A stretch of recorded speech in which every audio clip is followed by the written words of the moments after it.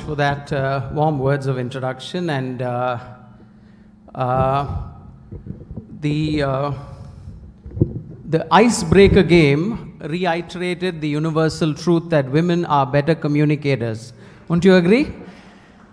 Absolutely. I, including all the other men that I represent, all of us were really struggling to act out certain things, and that's why I think we are mostly dumbstruck in the presence of women around us, and women, you really ace it when it comes to communication.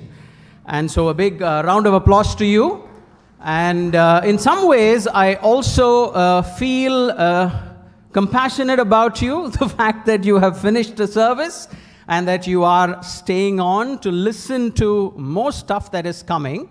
And so I want to kind of keep it very interactive. I have an initial first part which I'll use to unpack certain concepts. And after that, we can probably move into a time of Q&A. I came thinking that this crowd would actually have a lot of young people, and perhaps, I can dive deep into the topic right away. And when I saw the representation, I was a little skeptical and nervous, but then the icebreaker really proved that all of you are young at heart, and all of us are going to really, really enjoy the topic, I hope, and we'll have a lot of scope to interact and learn about this very pressing cultural issue that's not just out of the church door, which used to be the case some time back, but it's actually come in. And people need to grapple with this and come to understand what this all means, okay? And give me a moment to project my PowerPoint. I will be asking you questions, and I have a tendency to ask questions of people who sit right at the back, okay? So if anybody is changing your mind and wants to come and sit in front, feel free to do so. And we are calling this as Sexuality, Why the Fuss? Sexuality, Why the Fuss?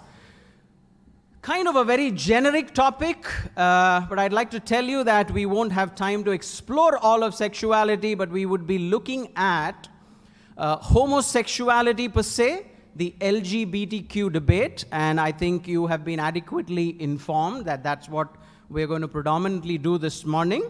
Okay, sexuality, why the fuss?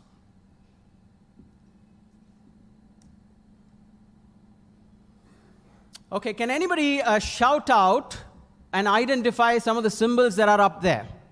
Anybody? Yes, ma'am. Female, male, bisexual, okay. Transgender, intelligent, very good, smart, okay. Right. So I'd like to start with this scriptural verse, which most of us would be familiar with. This comes in 1 Chronicles chapter 12, verse 32. It speaks about a certain group of men who understood the times. The men of Issachar who understood the times and knew what Israel should do. I want this to be the kind of undergirding verse for us as we think through this issue.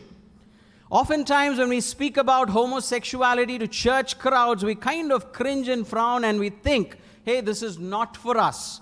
Why should we even spend time, discussing this? And of course, how could we ever do this in God's sanctuary? But I think this is an issue that is absolutely relevant for our times.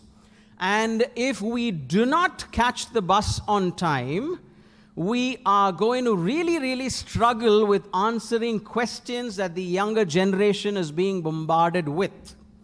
And before we realize, before we are comfortably sitting and thinking this is a problem that is outside, we would be shocked into surprise that it is seeped into our communities, our church, and perhaps even, God forbid, our families. So we need to be men that understand the times, not just in the sense of, when is the world going to end? And, is the Ukraine war about the end of the world? And what about all of these economic and, geopolitical sanctions? No, but these are moral or cultural revolutions that are actually happening, and many of us are not even cognizant of the fact that these things are happening and that they can hit us. and hit our children in a very, very bad and serious way. Okay? Many of us pretend to be like this.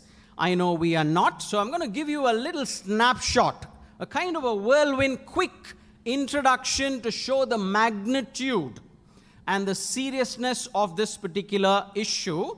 I'm going to capture in image certain world trends, and I might be sarcastic in some of my slides, so don't take it at face value, but just try to understand it as a quick snapshot of what's happening on the world outside, just in case we did not know.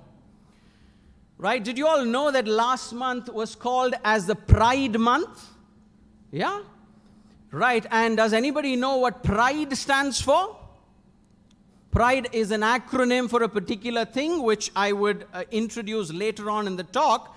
If you are following the media, especially the global media a lot, you would have known that a lot of stuff happened during Pride Month, right? And this is a very sarcastic post that I got off the social media. It says, embarrassing mix-up as Joseph wears coat of many colors during Pride Month again. Does anybody get the joke? Some of you are trying hard to smile, but anyway, it's okay, let's warm up. What's happening is Joseph is famous for this multicolored coat. And if you are talking and thinking of the pride or the LGBTQ community, their symbol is the rainbow. Okay, so they are kind of confusing and trying to find an association between Joseph's multicolored coat and trying to see if LGBTQ and the rainbow has been validated by the Word of God. And there's been a war on words, and recently there is a documentary that is really, really, igniting a lot of fire, and that's called What is Woman? There's a man in the US called Matt Walsh.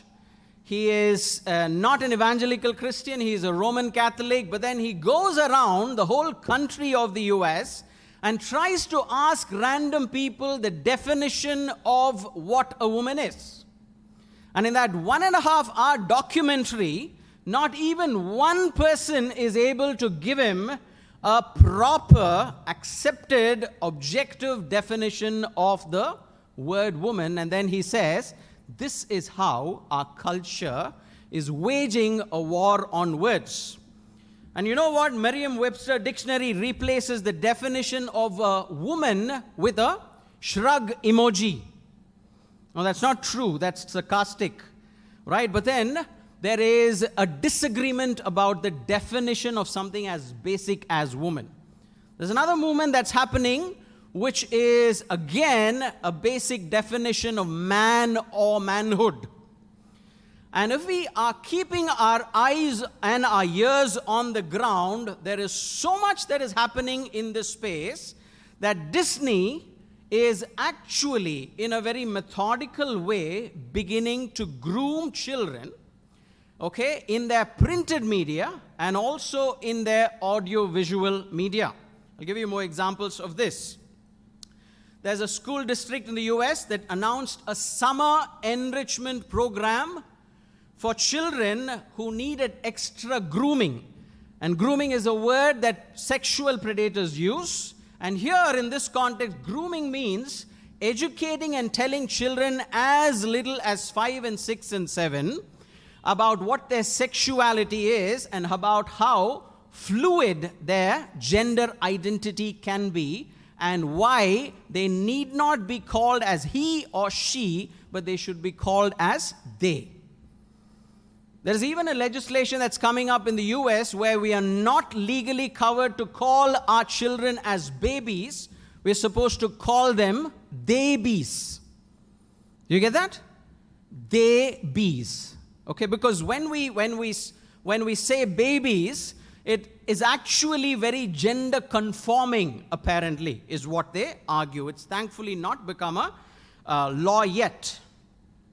Okay, last month, again, if you look at popular media and look at social media, you would have found, you could have hardly missed the word drag. The word drag that kept coming again and again and again. Drag is, of course, cross-dressing, a man dressing as a woman or a woman dressing as a man and vice versa. Now they have taken drag to the level of school children, and they are dragging their school children to drag parties. Okay, so there's a lot that is happening in this space, right? This is again a sarcastic quote that says, extra hot section, hell adds extra hot section for people who bring kids to drag shows, in response to what was happening in the US. Very interestingly, what's happening is the very famous toy manufacturing company, Mattel, you must be knowing Leo Mattel, we all played with Leo Mattel toys, they unveil a new pregnant doll called the Ken doll. The twist is that the man Ken is pregnant in this doll, and children get to play with this, and that's how early they are kind of introduced to this idea. And this range is selling out very fast in the US. It's called the Pregnant Ken range of dolls, sold by the Mattel. And you know, business people will not make something to their loss. They find a lot of market for this, and they decided it's a smart idea to release this. There's another term that is called trans or transgender. There's this person who wanted to join the Carolina Panthers cheer squad, and so he decided to transition. Okay? And again, if you've been following news, you would have definitely come across this name, Leah Thomas, who's a man who identifies as a woman and was very low down in the bottom of ranking in his particular event, swimming.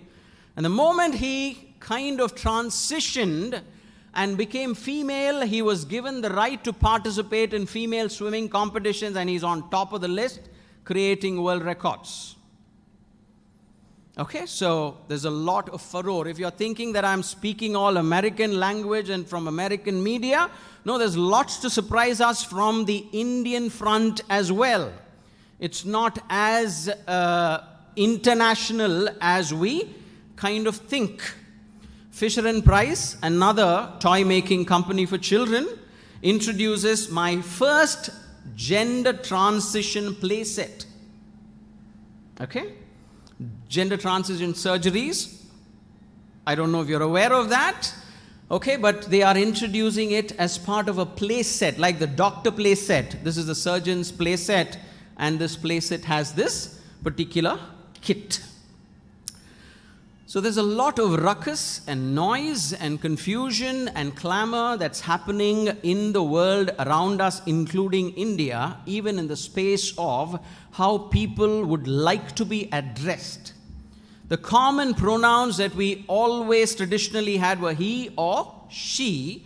Now the different types of pronouns that different gender identity people have are theirs, zim, their, ze, they, them, zim, they, and so on and so forth. And people, if you do not address them by their preferred pronoun, can actually legally charge you, and you can be put in jail in countries like Canada.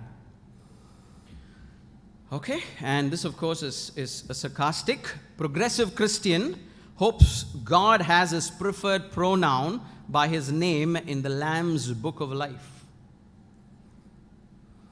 There is this father, a Canadian man, who was jailed for calling his biologically female child as daughter. He's out on bail now, but the charges haven't gone away. Okay, it's just a snapshot for us to know what's happening. And if you look at kids' media, I'm not even talking about mainstream adult media. If you look at kids' media, there are about 259 LGBTQ, homosexual characters in cartoons, the last time I checked. Okay? And this is just a snapshot of the different programs that come on kids' TV, okay, that feature homosexual themes. Included in this is our favorite Superman series and our Transformers series, if you can spot it there. Okay? The kids' version of it. And the Indian story is not very different. Maybe we are people that are too naive and innocent about these things, but the Pink Pages and the Bombay Dost are regular LGBTQ periodicals that come up with bold themes, and there's a huge following and subscribership that's increasing in India to these magazines, mainstream periodicals. Anybody can subscribe for it. I'm not giving you ideas, but I'm just telling you how the thing on the outside is. And if you look at Bollywood, which has always been very progressive in Indian movie making, this is a very recent film that very, very boldly and provocatively advocated, same-sex marriage. This is a popular Bollywood theme where, the hero is on the train and the train is moving and the heroine is running. But here we see another hero kind of running. And that's their poster. Yes. Yes. Yes, he is. Yeah. Yeah, we'll come to that. And then again, this very famous blockbuster film, Kapoor and Sons, has a character that subtly gets introduced as a homosexual.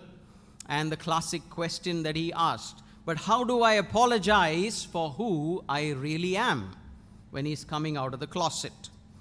Again, this very famous movie by two great actors, Hindi, Aligarh, is another movie. And if you're thinking I'm speaking only Bollywood, here we have in our own movie industry, this very famous blockbuster, called Super Deluxe. And it really created waves, and this particular actor, Vijay Sethupathi, was commended for his acting skills as a transgender, And if you're thinking that Chennai is all good and clean, where did you come from and what are you trying to say? Chennai Art Theatre played Erotica just last month, It had a series of 4 unique LGBTQ stories, and I kind of trimmed out part of this poster because I didn't think it was worthy enough to defile the sanctity of this place with that kind of an imagery, So all of this, Chennai Rainbow Pride happened last month, Self-Respect Walk 22 at Lang's Garden Road, Egmore. I don't know if any of you read that in the news. So there's a lot that is happening that we are not aware of. So the problem is not anymore outside. The problem does not belong to someone else.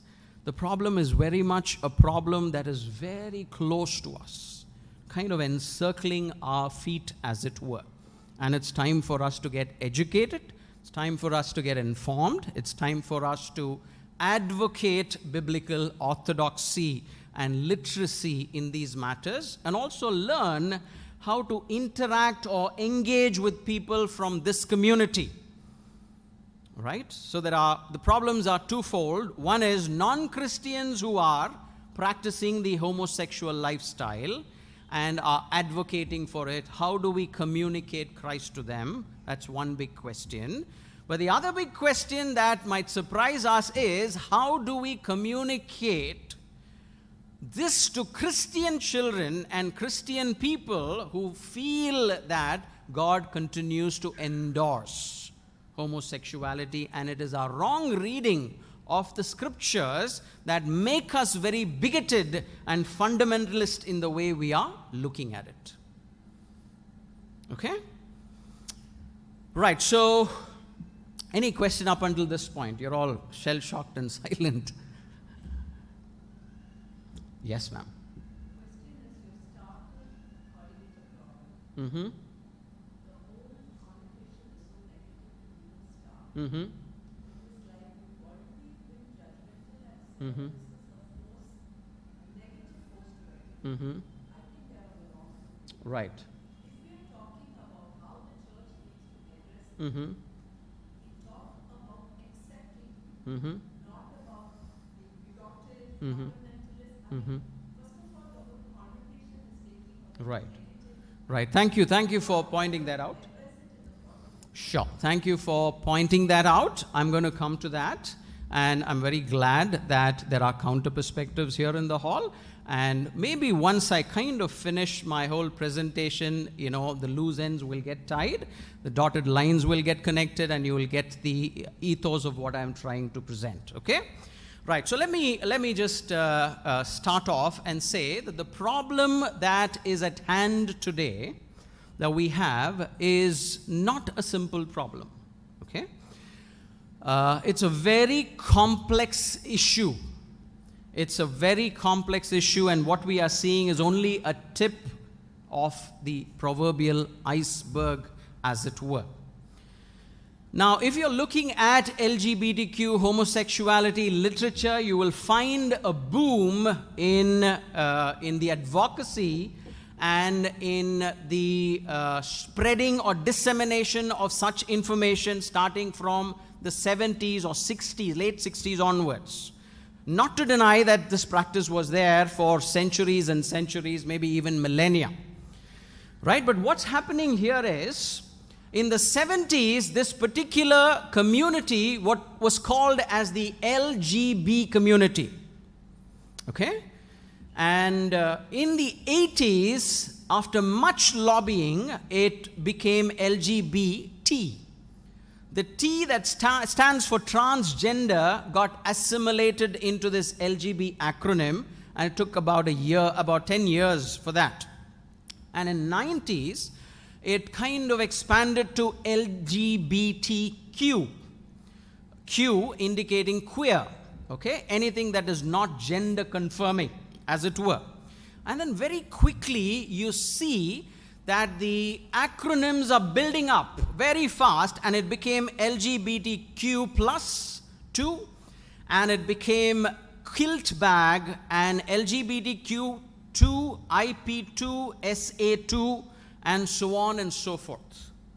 The last inclusion in this acronym is called MA. Does anybody know what MA stands for? MA stands for minor attraction. Okay, so there's a lot of stuff that is getting added to the LGBTQ community, and the community is expanding and becoming inclusive, true to its nature and ethos. And if we are thinking of all of them and kind of clubbing all of them as homosexuals, that means we are ill-informed. Okay? Let me actually take you deeper to this. So I want to tackle this particular thing at 3 levels: the knowledge level, the understanding level, and the wisdom or applicatory level. Now, it's amply evident that if I did a kind of a random quiz here, we would not all ace that quiz on LGBTQ terminology and everything that there is about this community. So at a knowledge level, there is a lot of deficit and catching up that we need to do. And thanks to the organizers, that's actually what is happening today, right? There's actually what is happening. We are trying to fill the knowledge gap that is here.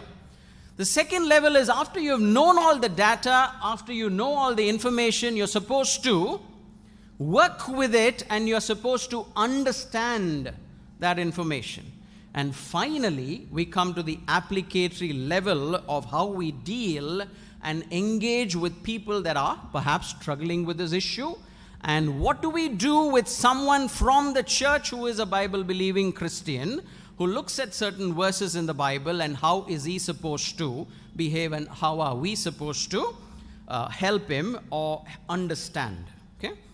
When we are looking at the entire Bible from cover to cover, there are 6 passages that are there in the Bible that directly speak about homosexuality and use the word, okay, in that sense. There are 3 in the Old Testament, and there are 3 in the New Testament. There are other passages that connote to it, speaking about sexual immorality and the like. But the 6 chapters in the 3 portions in the Old Testament are Genesis 19, Leviticus 18, and Leviticus 20. Now, if you actually turn there, you would be able to identify that verse, and you'll be surprised that it's a familiar verse that you've gone through several times, perhaps before. When we come to the New Testament, 1 Corinthians 6, 1 Timothy 1, and Romans 1 are 3 other passages that speak against homosexual behavior and continual homosexual practice. But what's happening here is, knowing the biblical truth about this issue is all well and good and fine for us inside the confines of the church. We would know how we ought to behave, and we would know how we ought to train and bring up the next generation. But can we just go out into the world and look at this community that is having all of these predispositions and use these 6 biblical verses to be able to communicate and build a bridge and win them over to Christ? Not really. Very difficult. And so what we need to do is, we, along with the scripture on one hand and the understanding of the scriptures that we have, we also need to look at science on the other hand, because even to somebody on the road that doesn't believe in the God of the Bible or the Bible, would believe in the tenets of science or reason or philosophy. So we need to take a bi-pronged approach of scripture and science in order to be able to engage with people on the outside. Right now, I'm not talking about disciples of Christ within the church. I'm speaking about people that do not know Jesus outside the church. All right?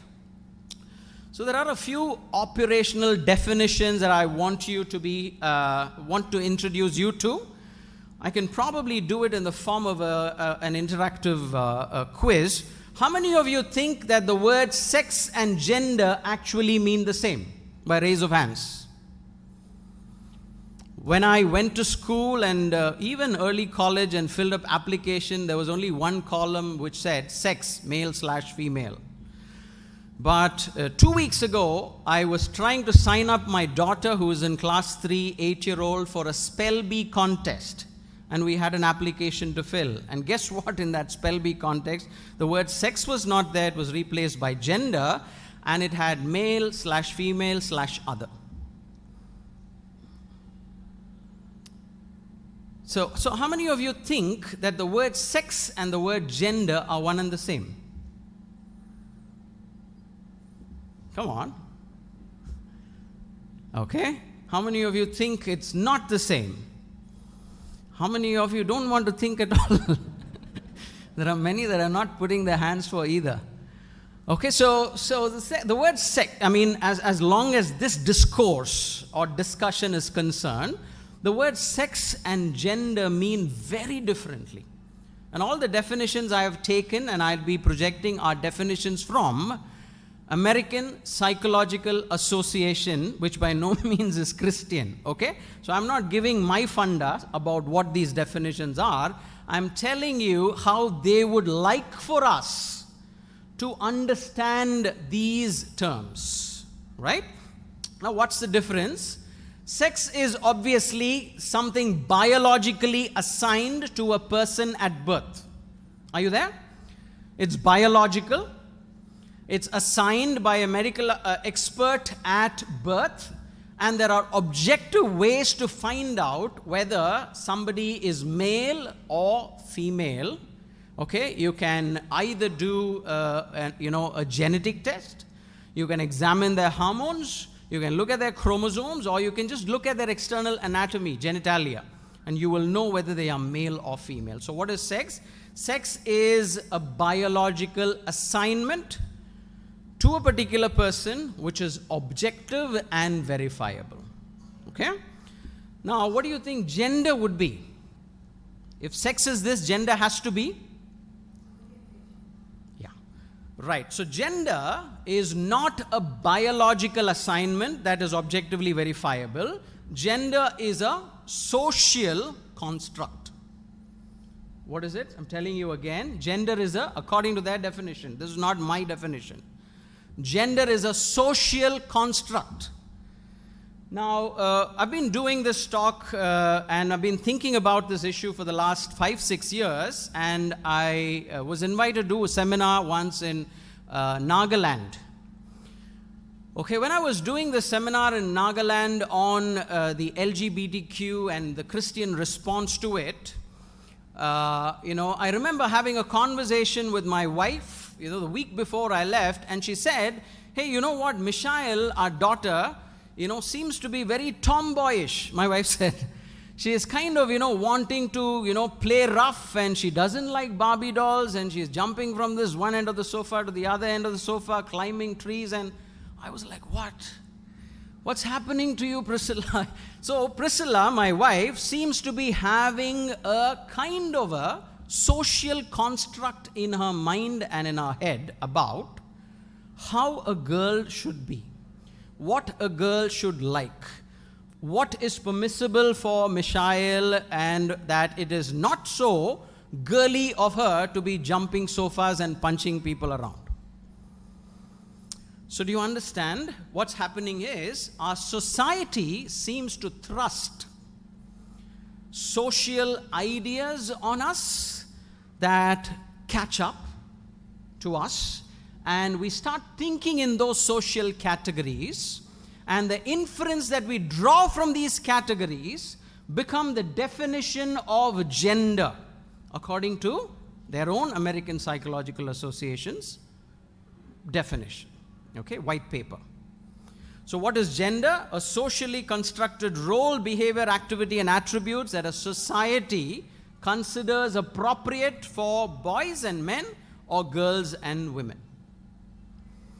Okay, so it's not biological, it's social, it's not objective, it is subjective, or at best societal.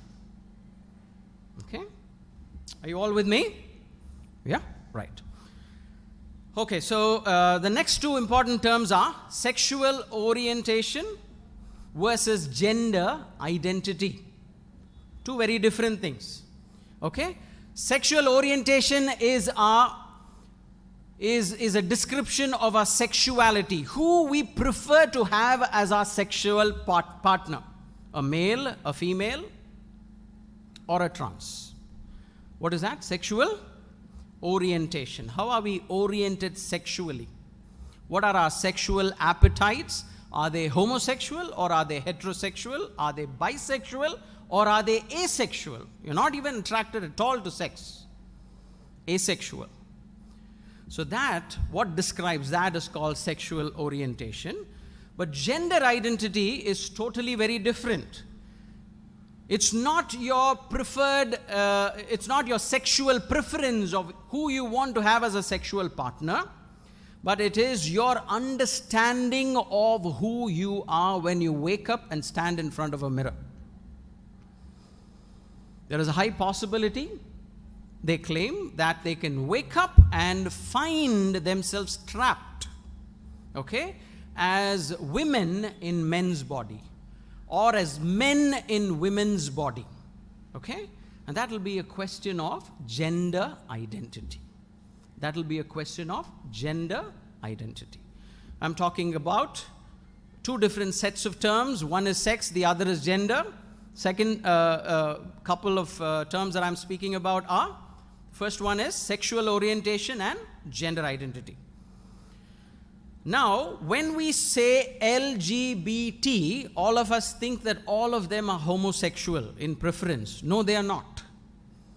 The first three alphabets of the acronym LGB, okay, describe sexual preference. The last alphabet, T, doesn't say anything about sexual preference. It speaks about gender identity. The people on the spectrum that represents T or transgenders may not even be interested in sex at all. They could be asexual. You understand what I'm speaking? Are you all with me? Lunch is at 1 o'clock. Wake up, smile. Okay, so I'm introducing terms. This is a difficult part, and after this it'll become easy. Okay? So first one is sex versus gender. They are very different. Second, sexual orientation and gender identity, they are very different. Okay? Let's look at another important term. And that term is, okay, this is a good slide. How do I differentiate very quickly in the form of a question between LGB versus T? If the question that person is asking is who I want to go to bed with, that's a question of sexuality, which represents the LGB community. If the question they're asking is who I want to go to bed as, it's a question of identity. That represents the T community or the transgender community. Okay? Right. There's another very interesting thing in the acronym LGBTQI. Okay? I connotes or indicates intersex. Now, who are these intersex people? Intersex people are those that have a genetic disorder and they have a congenital or birth anomaly, and they are born sometimes with both the sex organs. One would be developed and the other would be ambiguous and malformed. So they are called intersexed. If there is any group that can say, I was made this way, it is this one group that can say, I was made this way. Are you all with me? Yeah? Any question up until this point on what I covered? Since you're all very quiet and hidden behind a mask. I'm coming to eunuch. Eunuch is a little different. I'm coming to eunuch. Yes, that's my next slide, I think. Anybody else? Any other question? Is all this clear? Let's quickly move. And eunuchs. Okay, for those of us that have read the Gospels, all of us have, I'm sure. Matthew 19:12, Jesus says, who says? Jesus says, some are made that way, and some are born that way. Some choose to remain that way. And he says that in the context of marriage. If you look at the context above, the question is marriage, and then the following question is celibacy, and that's when Jesus says, some are made this way, some are born this way, some choose to be this way in order to continue to glorify God and serve Him. Okay? So who are the eunuchs? Firstly, we have to understand that the word eunuch is not at all a modern word. Okay, it's an archaic word that we should actually stop using. So the meaning of the word eunuch has to be traced back to old literature, and the oldest one that we have around that has this particular word eunuch comes in Isaiah chapter 56, 3-5. It's interesting how we have to go to the Bible to find definitions of certain words.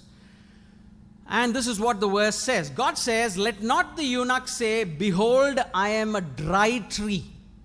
Dry tree meaning, I am unproductive. I am asexual. I am frigid. I am, in other words, quote unquote, impotent. Okay, so when the Bible uses this archaic word called eunuch, who are they actually trying to indicate and refer to? The group called asexuals, right?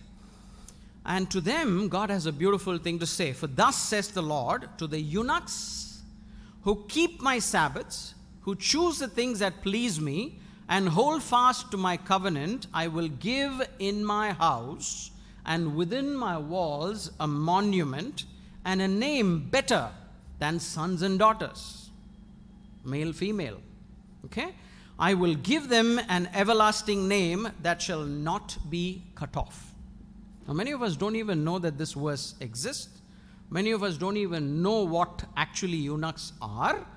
And many of us, if at all we knew this particular word, could have helped 1 or 2%, come to the Bible and then eventually to Christ perhaps.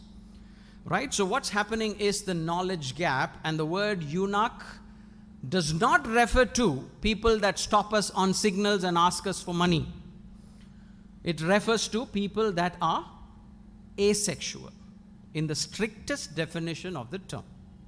But what's happened is the war on language, and without knowing the meaning and depth of words, we very flippantly use it, and we kind of bottle up intersex people, and we bottle up transgender people, all of them in this one collective world called the eunuch, which is very, very misrepresentative of the true meaning of the word. Are you all with me? The common Asian word that is used for who we think or call as eunuch is hijra.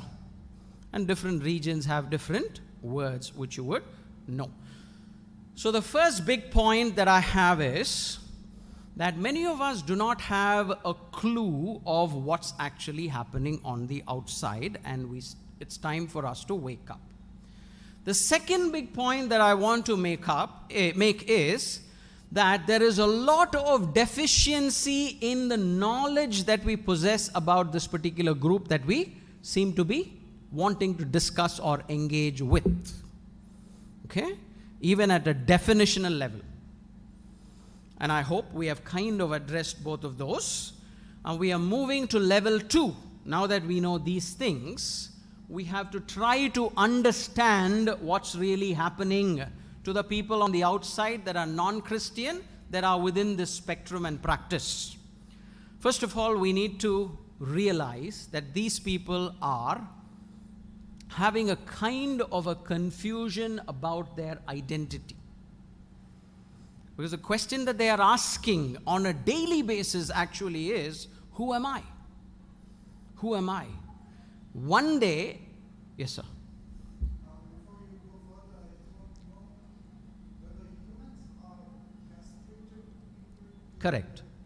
That's correct. Yeah, some people say that according to biblical tradition, all captured slaves were castrated. King's harem. That's right. Yes. Yes. So basically what's happening here is when they get castrated, they lose their sexual vigor. Slaves that were captured earlier on. Maybe the Arabian or the world there, they do that. But what's happening here is the idea of castration is very important, but in castration what is actually happening is they are made asexual. Sexual people are made asexual. They will have their physical strength, but they will not have any of the sexual appetites that they used to have early. So the kings would use them to protect their queens. And biblical traditions say that perhaps Daniel and his 3 friends, according to tradition, were castrated as well after they were captured, because this was common practice. Okay, so that's the biblical meaning and idea of the word eunuch, asexual. Some are made that way. That's what Jesus says, castrated. Some are born asexual. Because they don't have...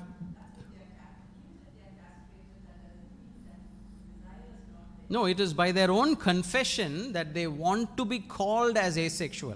All these terms are not terms we are slapping on anybody.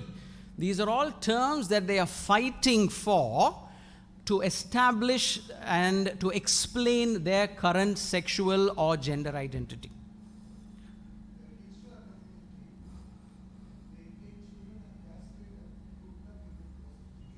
Mm-hmm.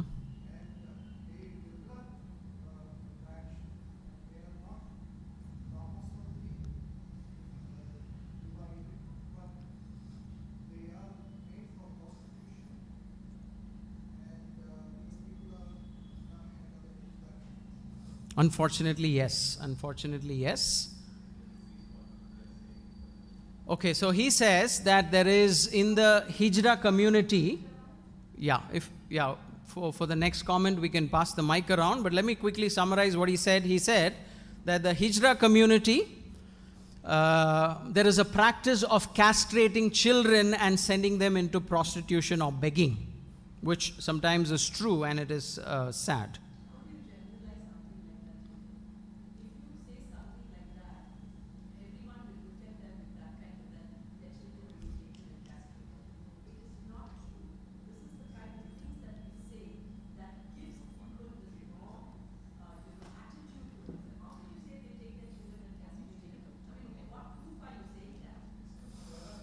Sure. We'll come to all of that in the Q&A. Sure. We appreciate both the comments that are coming from both sides. Okay, sure. Cool. We'll take it further during the Q&A time. But anyway, let me get back. Is that okay for me to get back? So we are talking at trying to understand this community. My first proposal is that, and my observation is that, there is a lot of gender confusion that is happening in the minds of these people by their own admission. Okay? So they are confused, okay? And perhaps they are insecure. Definitely they are rejected and shunned away. Fourth, they are searching for their identity and wanting to discover their identity. And oftentimes, in sexuality, which is not the be-all and end-all place to find your identity, then they tend to become very vociferous in the way they fight back, because they have been, time and again misunderstood, misrepresented, and kind of oppressed. Okay? Yes. We are talking about the whole LGBTQ community who are on the outside of the church. Okay? Inside of the church, I'll come at another point. Okay? We are talking about the whole LGBTQ community. Be it the sexual orientation people, or be it the gender identity people, be it the genetic issue people, which are the intersex, all of them undergo, or rather go through most of these observations. And the next thing that we need to understand is that they live in a fallen world, and actually all of us live in a fallen world. And therefore, their queerness should not really, floor us, all of us, we need to understand, are sexually broken. How many of you would agree with that statement? Are all of us sexually broken? If we are all heterosexuals, do you think we are not sexually broken? All of us are sexually broken, be it heterosexual or homosexual, right? And that's one degree that they are taking it to, perhaps. But then again, we need to understand that looking at this problem like us versus them problem is something that actually can worsen the problem for the people on the outside. I'm not talking about church folk that have homosexual tendencies. I'll come to that. Okay? So confused, insecure, rejected, searching for identity, often in the wrong places, mainly sexuality, becoming vociferous and retaliating. They live in a fallen world. All of us live in a fallen world. Then they look at Christian hypocrisy. I can't say this loud enough, often enough. They look at Christian hypocrisy, and they don't feel the need to ever ask for help or change or come to Christ. Okay, I'll explain that later. And they are terribly devoid of role models. There is really no role model in their community for them to, or outside their community for them to see and emulate. Okay, so I told you the issue is complex, and there is more to this than what meets the eye. We looked at the knowledge gap. We tried to kind of bridge it. Now we are coming to the understanding part of it, and this is how we need to understand it. Most people in the LGBTQ community that are non-Christian see Christians as anti-homosexual and not anti-homosexuality. There's a difference. Are you able to get the difference? Anti-homosexual is anti-person A, person B, person C, who has that behavior. Anti-homosexuality is being against the behavior that that particular person possesses and not being against that person per se. There is a demarcation here, and it's an important demarcation, right? Christopher Yunnan was an ex-homosexual. Now he is a pastor and a professor in Moody Bible College. And he is the one that makes this observation in his book. Okay, they see most Christians as anti-homosexual and not anti-homosexuality. So here I'm moving to the third part, and the most important part. This is perhaps the most important slide in whatever I've shown you thus far. So get this. If you've not got anything else, it's okay. Get this and your lunch. Okay, we're done for today. The third one, the application one, is wisdom. Knowledge, understanding, and wisdom. We've come to wisdom. And what does wisdom teach us? Okay, wisdom teaches us two things. If the person in question is a Christian in the biblical definition of the word, then the issue, without mincing any words, is it is a sexual sin. Are you all clear with what I'm saying? You can push back and ask me questions on this. Let me repeat this. If the person in question claims to be a Christian and a disciple of Christ, and claims to have a personal walk with him, the issue simply is that he is indulging habitually or struggling, not liking that struggle with a sexual sin. And we need to call a spade if that's the context and the scenario, right? But I'm going to tell you another one which is important. If the person in question outside the church is not a Christian, the issue is salvation. Are you all with me on this slide? If the person in question is a Christian, the issue is sexual sin, and we need to help him realize that. And that's not the place for us to be extra gracious and extra kind and extra nice and extra sweet and whatever. Because he is already a disciple of Christ. And he says, I have a personal living relationship with Jesus. So the issue there for that person is a sexual sin. You don't have to kind of bash him with the Bible and scare him away from church. You have to use your wisdom and discretion and gentle ways, help him to see that it is a sexual struggle and that it can be addressed, and that Christ can give him help and transform and a new identity. But if the issue is somebody on the road who is not a Christian, do not go there and lecture them about their sinful lifestyle. Are you understanding and are you hearing me out? Yeah? Right? So if the person is not a Christian, it is Christ Jesus that you need to major on and speak about. It's not about his homosexual lifestyle that you need to badger him about. Yeah? Right. So are we clear on this? Any questions on this at this point? Any pushback? Yes, sir. Yes, Stanley.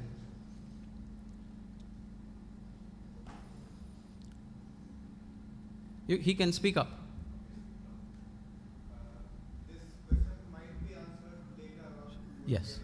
The question is, for a non-Christian, your approach or your interaction begins at the second stage, which is salvation. And once he is in Christ, then it goes on gradually to the first one. Now, during that phase, when he is growing and just born in Christ, isn't that a huge issue on social media where it sends out a signal that this church is or this group is accepting of this lifestyle, and the church today is perverted in that sort of a idea? Absolutely. Very good observation. Very, very good observation, Stanley. And my response would be, this approach that I am suggesting has to be a personal, case-by-case approach and not a corporate church approach. If corporately tomorrow we are saying, AMC holds on to this position, then there are dangers of the people on the outside, other churches around that are looking at this particular church as a pro-whatever church, which is not what we want to be or be picturized as, right? But this is the personal case-by-case framework with which we need to start engaging with people. We need to, first of all, in our mind, try to understand, is the person that I'm speaking to or with a Christian disciple or a non-Christian who does not know Christ yet? I'm not even talking about churched, unchurched. He might well be coming to church, but he might not be having a personal walk with Jesus. He may not be a disciple of Jesus. So I'm only making two broad distinctions. One is somebody who claims to be a Bible-believing disciple of Jesus that wants to honor Jesus as much as is possible with the empowerment of the Holy Spirit through all of his life. For that person, if continued homosexual lifestyle, is something that he is comfortable with, then we have to confront him in creative ways with the truth that it is a sexual sin, period. There are no two ways about it. But if the person on the outside who does not know about Jesus, who does not care about the God of the Bible, who does not care about the truth of the Bible, if this is the first thing that you go and do to him and speak about his lifestyle, which 1,000 people already would have spoken about and he knows full well, and it's not going to be helpful. First of all, we need to introduce the beauty of the person and the work of Jesus Christ and what it can do for him in a larger sense and not in a very specific sense of delivering him from his homosexual vices or whatsoever. Are you all with me? Yeah? Please do. Give her the mic. Yeah. Yes. This community, and that's why I think I'm so strong. Sure, ma'am. Yeah. That's why I'm surprised with Jacob as well, because we were very active with the HIV AIDS scenario. I would have really preferred if today, I was so thrilled that we even thought of a topic like this for AMC. I have to credit our pastor Natrajan. In fact, today when he prayed, he said we should be able to address and accept these people. Okay? If we start with this kind, Charles, what we should have had is we should have had one or two of them here to talk about them. It's easy for us to talk about how they are, their orientation. I would like to say with one of them, because I couldn't understand them. Even we were brought up to believe that they are, dirty, immoral, sexual sin, like you said, sin. But the amount that heterosexuals do in terms of even raping their own wives, that's a different story altogether. But what I'm trying to say is, one of the things he said is, am I also not created by God? I was born this way. Do you think I would choose to be a homosexual if even a beggar doesn't respect me? An auto guy doesn't respect me. We are treated so badly. Do we want to accept something like that? We don't, but we are oriented this way. Why is it I don't feel attracted to another female? I envy my friends who are attracted to the opposite sex. If we understand what they are going through, transgender, some of them, Jacob said castrate, not because they want to castrate and make, they castrate because we are born, like this, but we are actually females. We are born this way. They go to the extent of castrating themselves, not to become asexual, to be recognized as females. And they look at females and say, why, you're all so lucky. Why would they live a life like that? We should call them to explain what they are going through. And the church should accept them. Not say, you're sin, you're committing sexual sin. Who will walk into this church? And then think of salvation for those who are non-Christians. First think of those who are Christians, accept them. The CSI, the other day I was talking to David. We have Reverend Charles, who got the transgendered into the church. And they are so active as Christians. Why can't the church accept them? Instead of saying, they'll castrate them, they'll make them prostitutes, don't respect them. We call them home, for Christmas, and many of the transgender people. Nice. They said, nobody has called us before. Nobody has called us before. This is real love. What did we say? That's Christ's love. That's what Christianity is all about. Not to keep talking about them as sinners. You think they enjoy that lifestyle? Sorry, I have to leave today, but I was hoping that today we will talk about addressing and accepting them. Yes, like your wife said correctly, by 10 they begin to realize the difference. You know, when they don't want to play with boys, they say, why are we like this? Are we abnormal? These are the questions they asked me when I started my psychosocial intervention. Why can't we be like others? We don't want to be this way. But we are, you know, beaten by their own brothers, their fathers. I mean, they already have gone through enough trauma. I don't think the church has to traumatize them further. That's my Okay, thank you, ma'am. A point well taken. I don't think I'm saying anything too very different when it comes to the unchurched or the non-Christian, okay, who's not a disciple of Christ. I'm telling you that salvation is actually the key thrust there and the focus. And kudos to you for inviting the transgenders home. And I think many of us, in fact, all of us should start doing things like that if we feel strongly called to do things like that. But what I am taking issue with what you said is applying it as a blanket statement to even kind of validate that kind of a sexual proclivity and a continued behavior in those that call themselves as the Bible-believing disciples of Christ. Now here, what I'm talking is not from my study of psychology, or it's not from my study of healthcare. This is from what the Bible plainly instructs us. Now, unless otherwise we are reading it differently and exegeting it differently, there are only 6 verses in the Bible, 6 passages rather, 3 in the Old and 3 in the New, that very specifically speak to this particular issue and calls it for what it is. It doesn't demonize this issue. In the list that Paul gives in Romans, there is a whole list of things that he gives, including gossip and slander and cheating and drunkenness, and homosexuality happens to be part of that list. And now Christians have this, have this tendency to demonize certain issues that we are not naturally struggling with generally.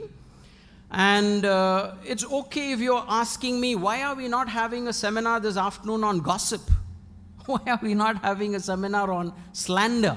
What are we doing? We're having a seminar on something that most of us are kind of sorted and, in a safe place. So I'm not saying that we should shame them, we should oppress them, we should ostracize them, we should do all of anything that does not seem charitable at all. But in our effort to offer grace, okay, we have to do this carefully. In our effort to offer grace, if we are somehow shaving off truth, now that's not a balance.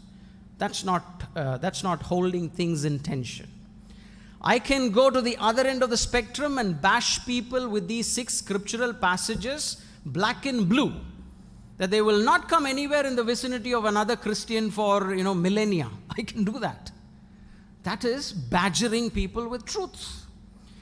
But the other end of the spectrum is to be too kind to the point of only offering grace and charity and throwing truth out of the window. Now, Jesus was a champion of both grace and truth. The gospel says that he is someone that was full of grace, and again it uses the same word full again. Need not. It could have just said he is full of grace, truth. It says he's full of grace and full of truth, which means he is 100% grace, 100% truth. And who was he gracious to? All of the unchurched, Jesus was absolutely gracious to. Think about all of his personal encounters. The Samaritan woman, the woman at the well, the one that was caught in adultery, and people were waiting to stone her, caught her in the act. I don't know what these guys were doing when, to catch her in the act. But all of the personal encounters of Jesus to the unchurched were absolutely gracious. At the end of it, he peppered it with the right amount of truth so that people made a 180-degree turn and never went back to their old lifestyle. That is Jesus. And again, when it came to bashing up people black and blue, Jesus always bashed up the churched people. If you didn't observe that in the pages of the Bible. Okay? he will often take issues with the people that were claiming to be spiritual within the church, that know the truth already. So there he is not offering grace. He is grilling them with truth. Now that's the big distinction we have to make. We just reverse it. We are kind and goody-goody, lovey-dovey to all our people, and I really want to, be nice in this community of people. I want to be reinvited. I want to, be friends with all of you, and I can say some nice things and go away. But I'm doing evangelism or teaching just the opposite of what Jesus did if I did that. It is to us that we have to give truth, hard as it may be. It is the ones that are on the outside that we have to give grace, even though we don't like to do that. Yes, ma'am. You have a comment or a question? Okay.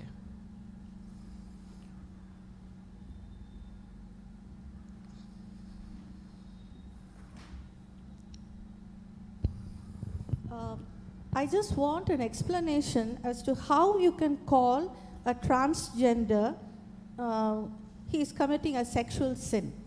Because I'm not doing that at all. No, but you say that if a person is a Christian and this sort of a No. There's no mention of the word transgender here. Okay. Now we're talking about two big categories. Okay. One is a category of sexual desire, which is sexual orientation. The other is a category of identity or identity exploration. Okay, this identity exploration is transgender. Yes. Now in transgender, he can sort his identity out and he can come to a conclusion. Okay. But after coming to a conclusion, he has a few options about his sexuality. One is he can choose to be a homosexual in sexual attraction. Okay. 2, he can be a heterosexual. 3, he can be a bisexual. 4, he can be asexual. Now that's a whole different issue altogether. Okay. Now we have not even gone there yet. Okay. What happens if a child, he or she, when he or she grows up, they find that there's something different in them, and they are not accepted as the same sex they were born? That is the problem with social constructs. If So I thought... Is the child wrong? No, let me explain. I hear your question. Thank you. It's a good question. That is why I have issue with the whole concept of gender and the definition of gender. Let me just finish. We are here. Let me just finish this. My train of thoughts will go away. Okay, when my wife was observing that our daughter was tomboyish, there are two things that I could have done. Okay. One is I could have gone to this particular definition by American Psychological Association and discovered that perhaps she is not as much a girl as her external anatomy suggests. And I could have started encouraging her, okay, to think and become and assume that she is a boy. And if I did that well enough and often enough, and as a parent, we were very affirming and we got a community that would affirm them, today she would be calling herself a boy. Yeah, this okay? I agree. Now that's psychology. Let me just finish. That's from my psychological training that I'm speaking about it. But I know as a healthcare person and a medical person that biologically she is female. And if I, as a father, were giving in to an 8-year-old's whims and fancies about her developing idea of gender and saying, hey, come on, well done, good, go ahead, I'm there with you, she might start liking me much more and be close to me, but I would not be doing justice to what I know to be a fact genetically, chromosomally, and hormonally. So this is the question or the fight between objectivity and subjectivity. I understand, sir. But what I want to ask you is, it's not the social aspect that is forcing the child. Mm-hmm. Biologically, there's some sort of a hormone imbalance, something going on in the body. How do they accept it? It's not. Okay, let me come back and backtrack. Okay. Now, in the big acronym that we looked at, let me just go there. Let's say this acronym, right? Okay, this is only a very partial list that I put up several months ago. Okay? All of these are different acronyms of the LGBTQIA++ community. The last one is minor attraction. Okay? Now, what if somebody with a minor attraction were to walk to me and say, Charles, you know what, I'm minor attracted? What if somebody were to walk to me and say, Charles, I am by nature very adulterous and feel like, being very flirty? Another person can come to me and say, Charles, you know what, I feel like I am a kleptomaniac and I am a sociopath. How about having dinner with me? So people can have all kinds of feelings. Now, we are not talking about feelings. As human beings, we have to be people that have to be objective in how we base certain things. And my argument is, let's start with things that are clear and work our way upwards and sort out things that are unclear. Now, the suggestion that I'm hearing from the other side is, let's start with feelings and endorsing and be empathetic and compassionate. Where is the end and what is the gold standard and the reference point for it? And we are opening up ourselves and the next generation to a possible degradation of what we want to be compassionate and charitable about. I want to be charitable too. But to the people on the outside, till I introduce Christ, and if Jesus and the Bible says that I will give you a new idea and an identity and a personhood, the old is gone and the new has come. There is a transformation of the heart. There is a sanctification of the mind that happens. Where are all of those beautiful, lofty truths that we are putting into practice? We are only cherry picking on love and charity and compassion, and we seem to be hard selling that, and we are poised towards that. Why are we not looking? I'm coming to you, sir. Why are we not looking at all of this and holding all of it in tension and trying to make sense and navigate through all of that and grapple with it? There's a comment there. Oh, sorry. Before that, she had something. No. I think it's the sister in blue. You also had something? Okay, quickly make your comments. Yes. No, so I just wanted to ask, so what is the difference between a transgender and the eunuch? So transgenders are not created that way. Eunuchs are asexual people. Okay, who are either made or they choose to be. Who are either born that way or are castrated or choose to be celibate. They will have sexual feelings and desires. Might be perfectly fine, but they choose to be celibate. Is that right? Asexual. I mean, asexuality, if you're born that way, can also be because of some certain hormonal imbalances and certain chromosomal aberrations. Okay. And also, just another one, sorry. I think it's fair to give it to her. Yeah, let her do that and then we'll go there and come back to you. Yeah. Sorry, my question is totally different. Yes. I'm thinking that God has made us all differently. Yes. Looks, height, weight, so many differences. Yes, absolutely. And they are also different. I Yes. mean, sexually, gender-wise and all that. Is it right on our part to discard them and exclude them? Because I worked in the disability community. Inclusive approach, inclusion is the key. Yes. And they have to be part of our church service. I heard that sometime back, some people came and knocked at our church and we didn't accept them. Of course, there is a fear. Everybody has a fear, even I have my own fear. Mm-hmm. But can we accept them? Shouldn't we accept them? Mm-hmm. Is it not right-based? Mm-hmm. Talking about it is their legal right to enter into a church and worship.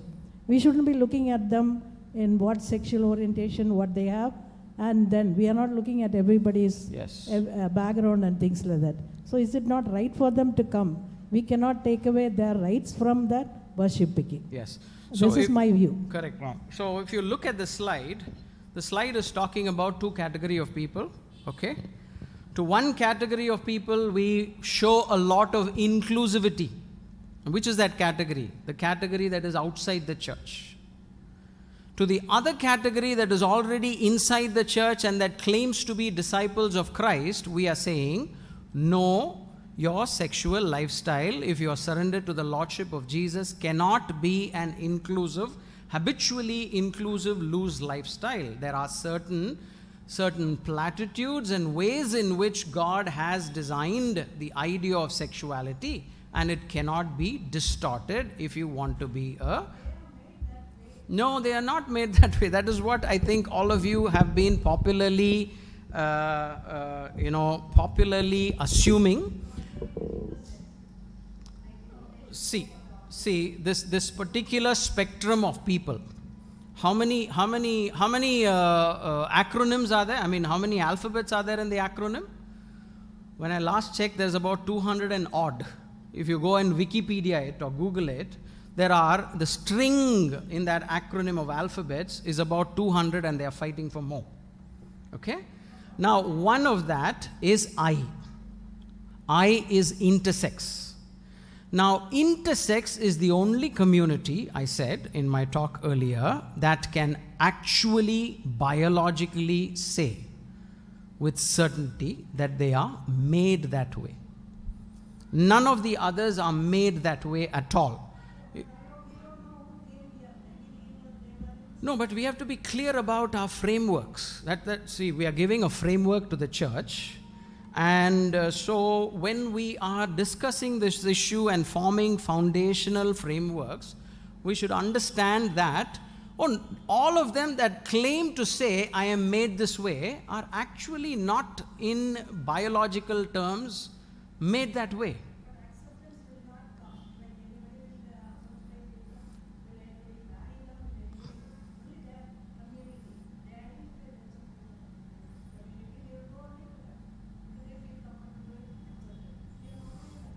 No, I don't know if I'm not communicating this clearly or not.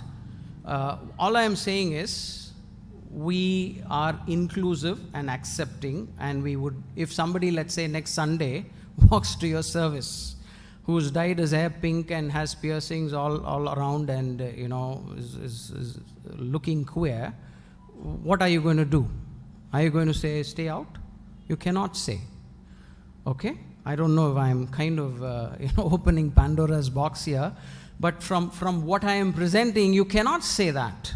Because there is this homosexual who looks homosexual according to a particular stereotype who walks into your church. Your primary interest is in that person meeting Christ during that service. That's your point. But what if he comes for the next 25 weeks? Okay, and with piercings increasing and dyeing, changing from color to color, and church will be empty, correct? So so there is a demarcation line. We have to invite them to experience Christ's transformative work. But we also the leaders have to see and invest in that person's transformation, and transformation has to be evident. Yeah, we are all, at least if I had a church, I don't have one, I will be happy to. Yes, let's move to the next comment. Andy, we are out of time, is it? Okay.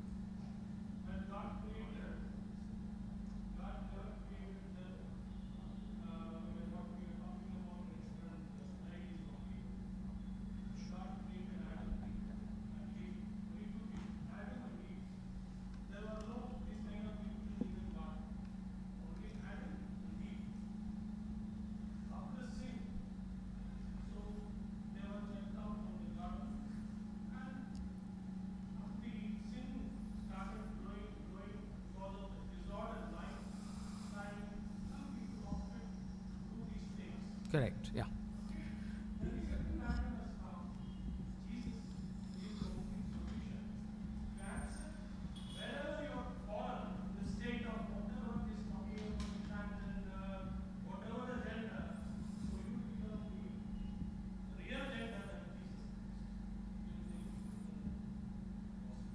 Sure, thank you. Yes. Oh, sorry, there was somebody right behind who's been, sir, somebody has been waiting for a long time. Yes, sir.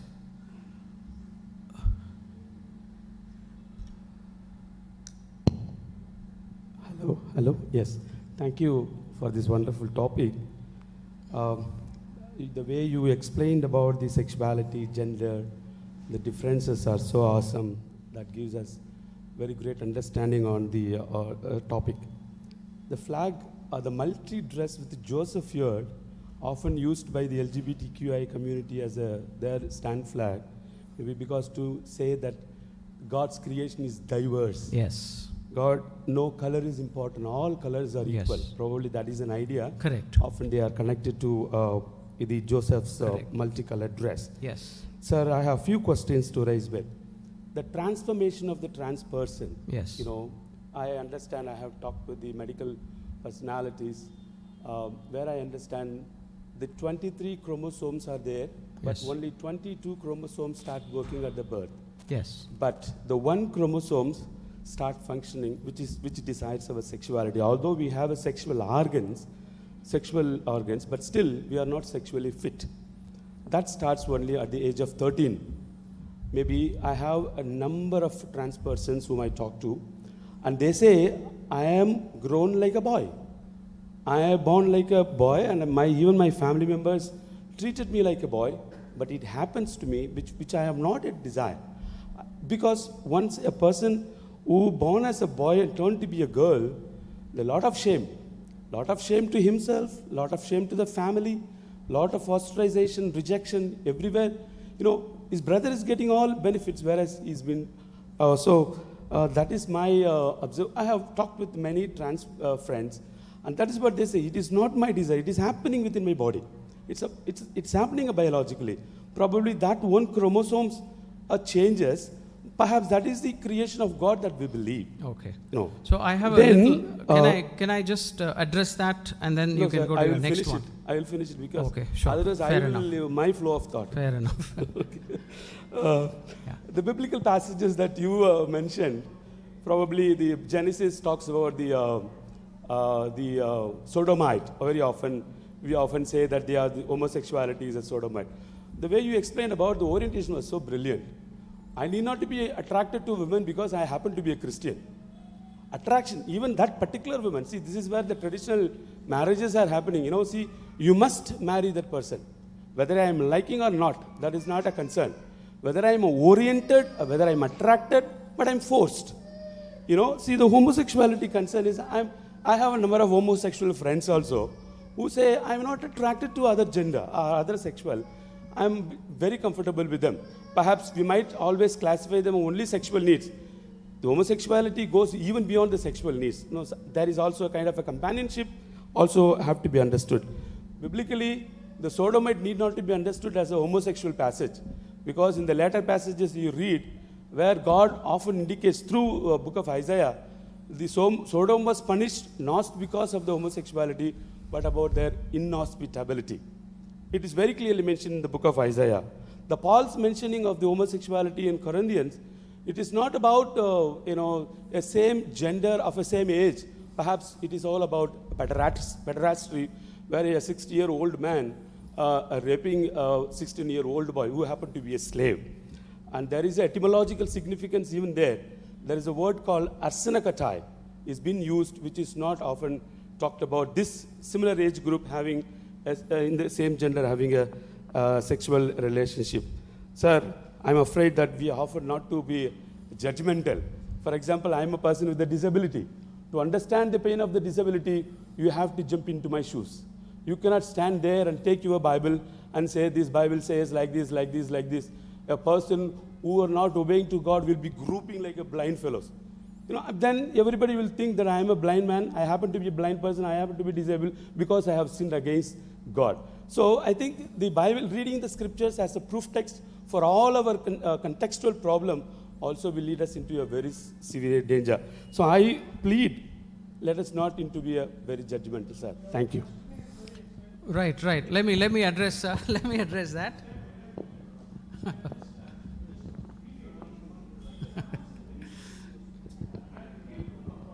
It's okay, Andy. Yeah, but make it brief, sir. Yeah. Sure.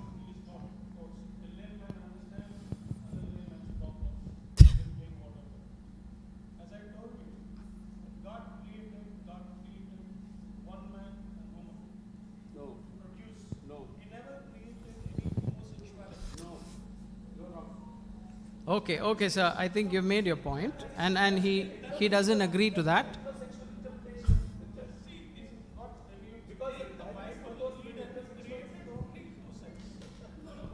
Okay. You both can continue this over lunch. Yeah. Yeah. So. Fine. Fair enough. I know this is a very, very sensitive topic, and this is a topic that can make us all very passionate, and I'm glad that there's a lot of counter perspectives also coming. But what I want you to hear is, I want you to understand what I am trying to say and not hear what I am not saying. Okay? I've been on this particular slide for the last 25 minutes. And this is actually the simplest of my slides. Okay, the other slides had a lot of complex stuff. Okay, only two things I'm saying as a bottom line, okay, before we take the next question. The first thing I'm saying is that if the person claims to be a Bible-believing disciple of Jesus Christ, and he exegetes the passages of Jesus Christ contextually, even though our brother has exegeted them differently, if he exegetes it contextually, he will understand the need to come under the overarching guiding principles of life and sexuality that the Bible presents as a disciple of Jesus Christ. Okay? And to such a person, if we as a church are ministering, we have to, in gentle ways, in compassionate ways, in charitable and generous ways, make him understand that in God's original view of sexuality and design, they were created in the imago Dei of God, male and female. Now, there is a fall that happens at the Garden of Eden in the 3rd chapter of Genesis, which is actually the Pandora's box that was opened, and all kinds of aberrations and distortions came to be. And that is where we need to position genetic anomalies. That is where we need to position anything that seems to be deviant from the initial first principles of God. And that's the position of orthodoxy. That is the position of biblical theology. That is the position of any Christian that subscribes to the foundational teachings of the Bible. Now, what I'm advocating here is not my theory, it's not my agenda, it's not my interpretation of what all of us should read. This is the traditional biblical interpretation. Now, I told you historically how this whole problem evolved from the 1960s onwards and how it has reached here. Now, one little question that I would like to ask as a counter pushback is, we are saying only that person that is going through that homosexual feeling would understand what they are going through. The same case can be made for somebody who is going through lustful feelings. The same case can be made for somebody who is going through adulterous feelings. The same case can be made for somebody who has tendencies towards, having relationships with minors. The same argument can be thrown for somebody who wants to, be empathized with having proclivities towards bestiality. So, how accommodative are we planning to be? No. I'm giving an extreme scenario. I'm giving this can be called as a slippery slope in philosophy, but nevertheless, if you are arguing based on emotions and feelings and what that individual thinks, okay, there will not be any case in any court of law in all of this world, because everybody behaves based on their feelings. I kill somebody that I do not like based on my feelings. I violate somebody's sexuality based on my sexual appetites. I do certain things that, the other person might consider as vile and evil based on my feelings. So where is that gold standard of reference that we are positing? There seems to be none. We can accommodate graciously and say, oh, today we decide to do this. But where does it stop?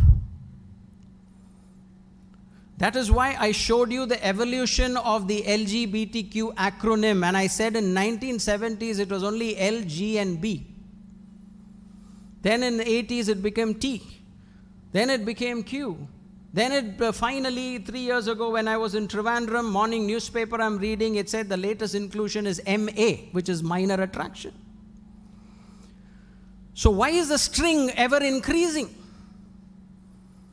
Why don't we position all of this theologically in the foundational pillar of the fall? Creation, fall, restoration, and consummation. These are the 4 traditional pillars of the Bible. Creation was absolutely good and perfect. Fall ruined everything and introduced all of this, including genetic anomalies and disasters and calamities. Then there is Jesus that comes to restore all things and to give everything a new identity and transform things. And then there is a consummation where in heaven we will not be married to each other. The idea of sexuality doesn't seem to be an idea that seems to be in the afterlife in heaven that they seem to be speaking about. I think we have to start thinking deep from the emotional level that we are, which is a very good place. Go and bring all of the transgender people into church. Why are there nobody here? Do that work. But if there is a Christian that says, you know what, I'm a disciple of Christ, but this is absolutely perfect for me, this way of living sexually. No, that's not consistent with the teaching of the Word of God. So in trying to be gracious, let us not compromise truth. In trying to be over-enthusiastic about truth, let's not compromise on graciousness. Let's try to hold both of these in tension. I see 2 advocates here. One group that is advocating grace. The other group that is wanting to fight for truth. Now both of these are important because both of these are natures that Jesus exhibits for us, and if we want to become Christ-like, we have to have these 2. But how do you hold it in tension in this issue is the question, and we have to work the angles. Yeah.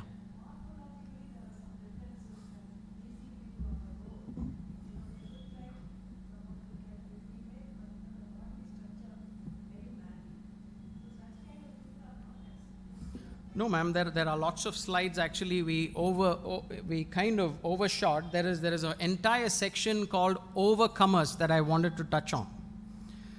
Okay, so let's say, for example, I have a tendency for, flirting. Okay, now what do I do with that tendency? Do I continue to express it? Why not? What if I told you that that's so strong and I'm made that way? See, that is your pet peeve.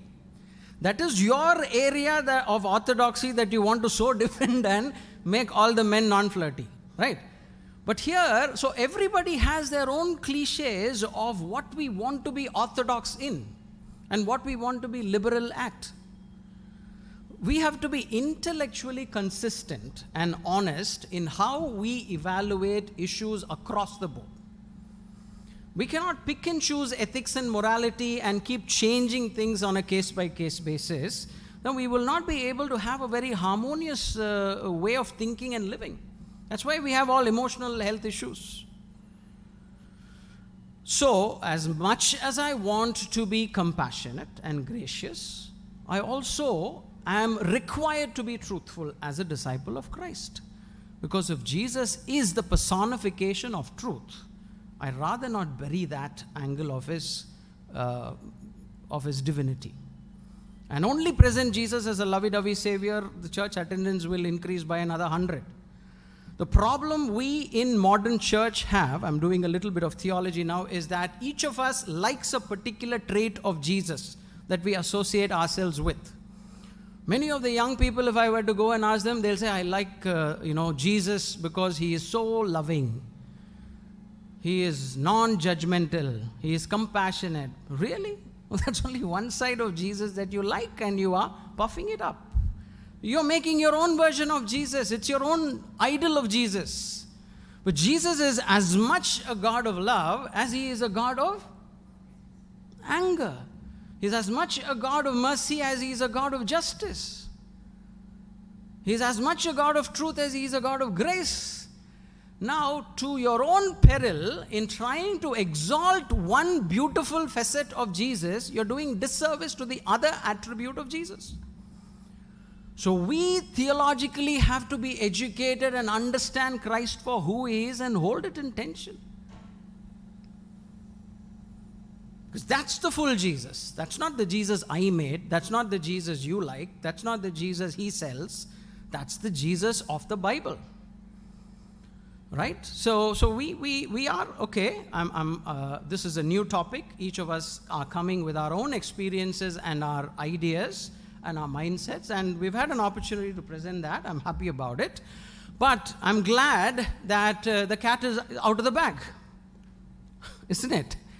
So to speak. And now it's time for us to kind of come back to the reference standard, the gold standard, the rule book of life. If you want to call it antiquated, outdated, archaic, and barbaric and all, that's a different issue.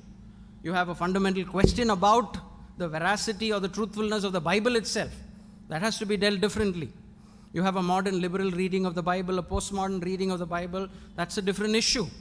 But an orthodox reading of scriptures and Jesus and the God who is the creator and the Genesis account, creation, fall, redemption, consummation, are all very basic ABCs of Christian theology and doctrine. We cannot say, I don't like it and throw it out. We can say, I don't like it and perhaps, move on. But we cannot say that's wrong. Because that's truth. And we need to learn how to hold truth and grace in tension. Which is what we are very bad at. Even in disciplining our children, even in our marriage, apply it in any area of our life, we either are vehemently on the side of truth or vehemently gracious. We struggle to be somewhere in the middle. So in the regular activities of living, we are not able to be both gracious and truthful. How are we going to be gracious and truthful in complex issues of life that concern somebody else? Hear what I'm saying? So there are many slides on how people have been overcomers, how change is possible, how not only a very small fraction of them can claim actually to be made that way, and how we need to be compassionate to the people on the outside and give them companionship and commune with them and introduce them to the communion with Christ. Okay? So I'm done. Is there any question?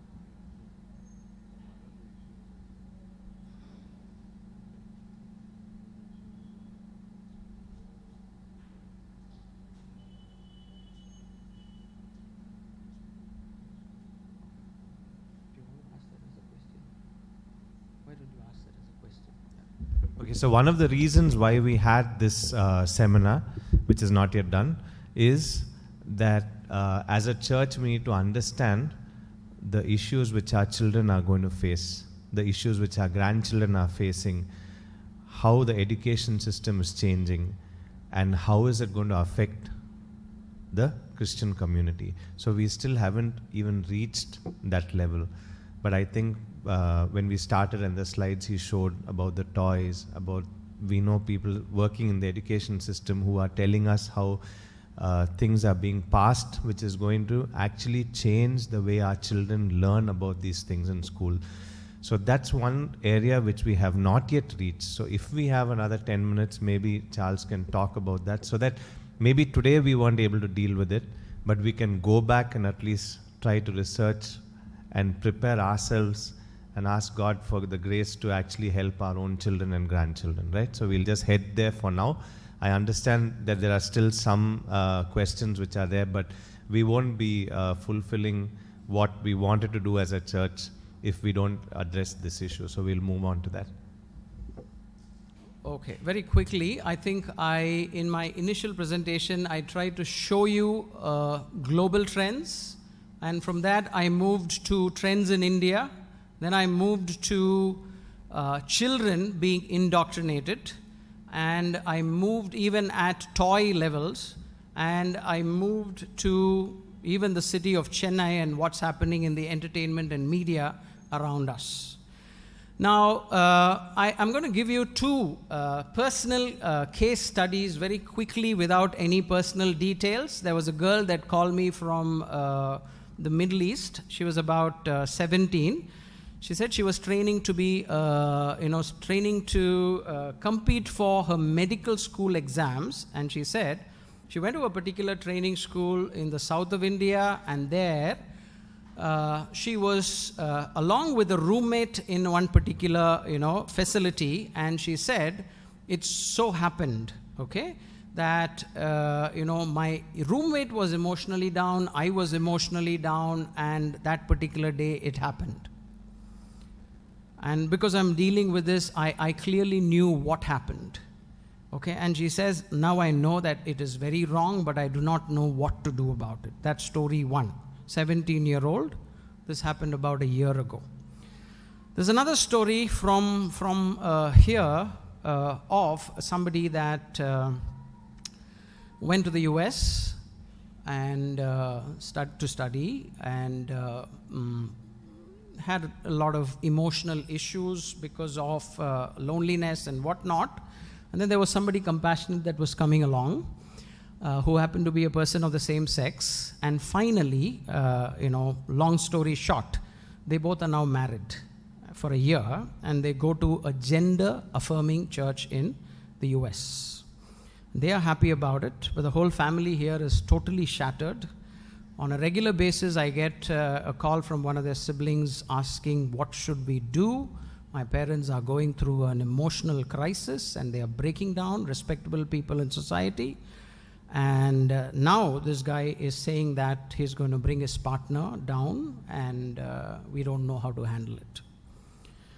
That's number two. Number three, in the place that I live, Vellore, somebody who went and did medicine in Philippines had a kind of a fling with somebody of the same sex there, and they were in relationship for 8 years. Finally, that boy dumped this boy, and this boy is now in Vellore doing his higher medical studies, going through severe depression and not knowing what to do, has suicidal thoughts. So we're not talking about some platitudes and some, movie there which we can avoid and switch off, some toy that we cannot purchase for our children. We are talking about an age group which is between 18 to, in the stories I narrated, perhaps late 20s, 28. And this is how that a few people of that generation have gone, and this is what they are in now. And imagine what our children are going through. There's a school in Calcutta and in Delhi that has invited drag queens to come and tell children of class 3 stories of sexuality. Now, I'm not trying to paint any community bad, but what I'm trying to do is I'm trying to help us to understand where we are in all of this and what individually each one of you want to do about yourself and your children, yourself and your grandchildren, yourself and your small Bible study or youth group that you lead, yourself and your church community, and yourself and the people that are struggling with this on the outside. All of the compassion that you have, take it and dump it with the people on the outside and bring them into the church. All of the truth that you have, that you want to bash the outside people with, use it to bash the church folk that are practicing this and continue to advocate that this practice is actually biblical. So the problem is much, much more closer. It's not even out the door, it's actually inside our houses. A matter of 10 years, I'm no prophet, a matter of 10 years, 15 years, you will understand what I'm saying and say, oh, why did we not get alerted when this guy, silly looking guy came and said all of this over 2 hours before lunch? I rest my case, yeah.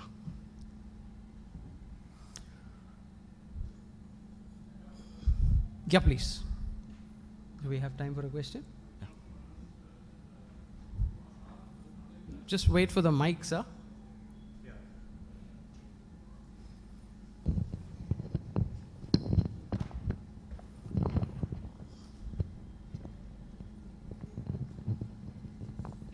this question was asked by some students in Sunday class in another church. Sure. So they have classmates who are transsexual or they have such feelings and they don't want to be called as he or she. Yeah.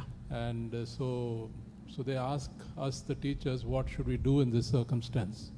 That was asked to my colleague, not to me. So how do we respond to such students? So because I'm advocating compassion and graciousness to the people on the outside, if somebody is going to come and ask me to say that, just to respect him and keep the bridge alive and not burn it prematurely, I might, if I don't have any moral quabbles about it, I will go ahead and call him the way he wants me to call him or her. Okay, that's only done in the light of me being mature in the way I'm looking at the problem and having a desire to actually introduce Christ to him later on than to prematurely burn a bridge. But that's my individual stance given where I am and how much I understand this issue and my spiritual makeup or whatever experience. But I don't say that that is the right answer that everybody needs to echo and all of us have to be thinking like that. Now this, I don't know if you're following, Jordan Peterson about the C16 thing, controversy. He's a psychology professor in a college in Canada, tenured professor, very well respected. He was asked to, call certain people, or the government rather was legislating, gender-specific pronouns that he did not want to use. And he made such a big ruckus and a controversy about it and finally went on ahead, into all of the media houses badgering him, but he held on to his stance and he said, this is a war on language. Individually, I am okay to call anybody the way they wanted if that's how they want it called, but don't legislate it. So he was against legislating such pronouns. Now, some of you might feel very uncomfortable calling somebody, who is a transgender the way that person wants to be addressed. So you be comfortable in your own skin and don't call him that. Okay? If your conscience doesn't condemn you, this is coming to Paul's argument about food and food sacrifice to idols. What is Paul saying? Paul is saying an idol is nothing in one place. And he's saying behind an idol there is a demon in another place. If you read Corinthians there. Okay? And he says food sacrifice to idol is nothing in one place. In another place he says if I glorify God and give praise to God and sanctify the food and eat it, it's not going to harm me because my spiritual maturity tells me that an idol is nothing. So it's a question of the strong brother and the weak brother. What are you at that point in time in this issue, in your spiritual space? First one. Second one, what is your conscience doing to you? Is it condemning you or is it condoning you? And the third one, what is happening to the weaker brother that is looking up to you, the stronger brother, and is he going to get misled by the way you deal with this issue? On 3 levels, you have to personalize this issue and come up with your own answer.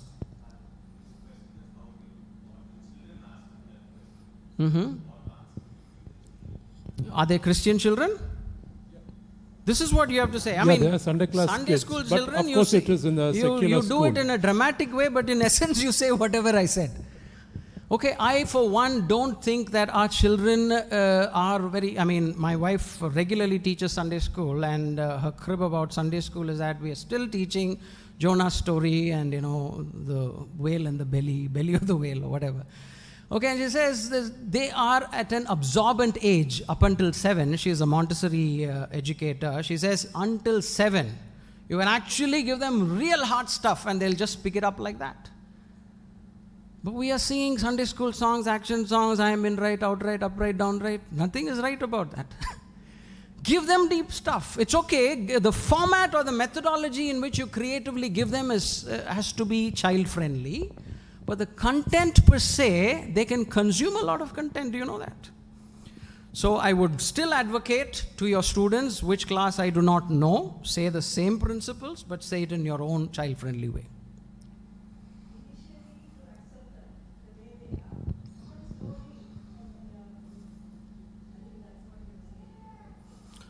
That's actually not what I'm... Yeah. Yeah.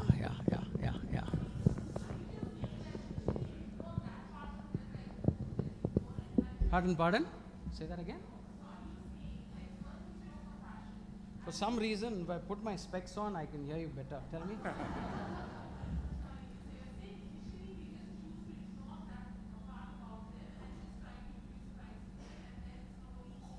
For the people on the outside. If your conscience doesn't condemn you, if there is no weaker brother that is looking up to you as a spiritual mentor and you are not becoming a stumbling block in the decision you take, and you are doing it for bringing them eventually and leading them to Christ that can transform them forever. Yeah. Can we have just one more question, maybe from someone who's in a school or a college? Yeah? Okay, Yeah, no young people asked any question. Yeah, you older folk are totally dominating them. I just want to add to what you were saying.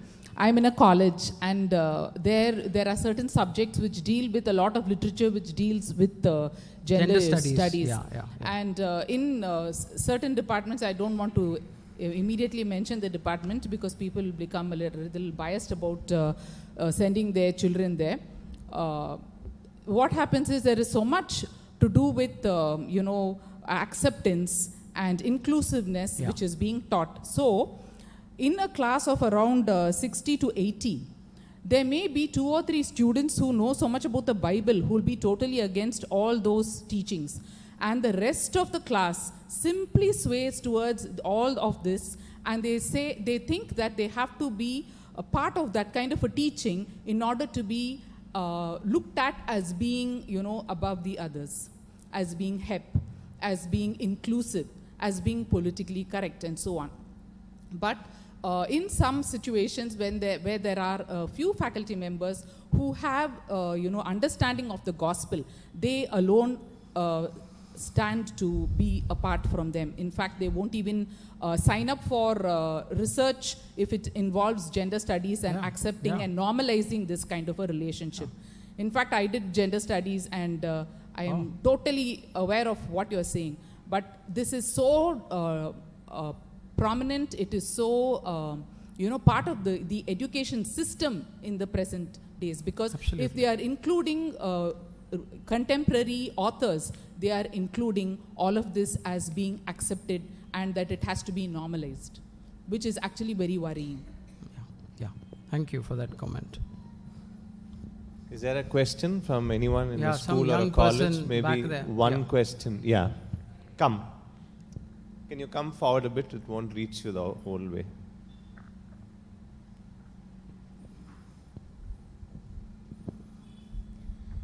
So I study in 9th standard, and I come across a lot of classmates or friends who often say, I don't have a boyfriend, I have a girlfriend.